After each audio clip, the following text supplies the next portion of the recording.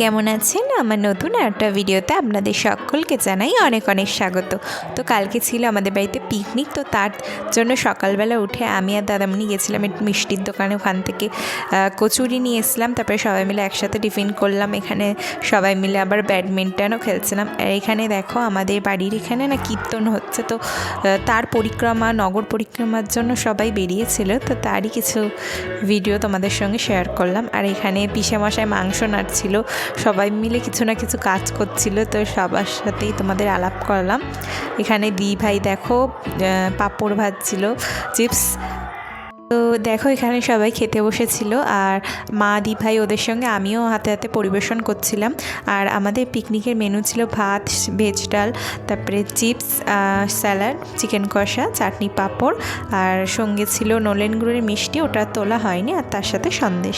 সবাই ভালো থাকবেন, সুস্থ থাকবেন।